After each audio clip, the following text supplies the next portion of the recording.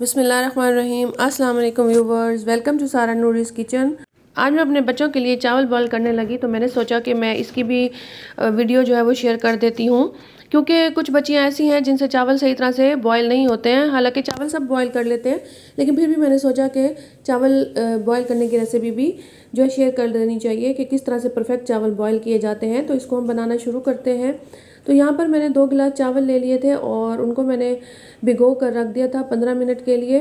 और जब 15 मिनट हो गए तो यहाँ पर फिर मैंने एक बर्तन ले लिया और उसमें मैंने 3 गिलास जो है वो पानी डाल दिए थे। गिलास वही यूज़ किया जिसमें मैंने चावल मैयर किए थे और उस गिलास से मैंने 3 गिलास पानी इसमें ऐड कर दिए थे। और उसके बाद मैंने इसमें जो है वो हस्बे ज़ायका नमक डाल दिया था, यानी 4 टीस्पून मैंने डाले थे। आप अपने टेस्ट के मुताबिक ऐड कर लें।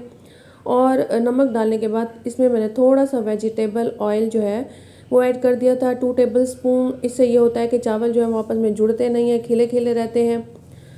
तो यहाँ पे ऐड करने के बाद इनको मैंने मिक्स कर लिया था। चावल डालने से पहले मैंने पानी को बॉईल कर लिया था। जब पानी बॉईल होने लगा था तो चावल डाल दिए थे। आग जो है वो मैंने हाई फ्लेम रखा था और चावलों को हम अच्छी तरह से मिक्स कर लेंगे ताकि जो ऑयल है और जो नमक है वो भी चावलों में अच्छी तरह से जो है वो मिक्स हो जाए। और उसके बाद मैंने तेज़ आंच पर इस पानी को ड्राई होने दिया था।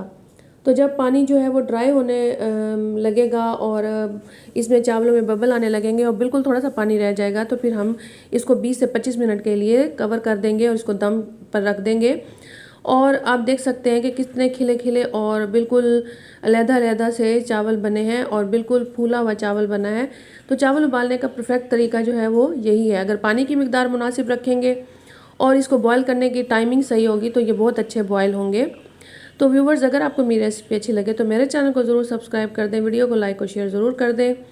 और ये एक बहुत ही सिंपल और बहुत ही जो है वो अच्छा तरीका है। आप अपने पानी की मेजरमेंट सही रखें, चावलों की मेजरमेंट सही रखें तो आपके चावल भी इस तरह से बनेंगे। Thanks for watching. अल्लाह हाफिज़।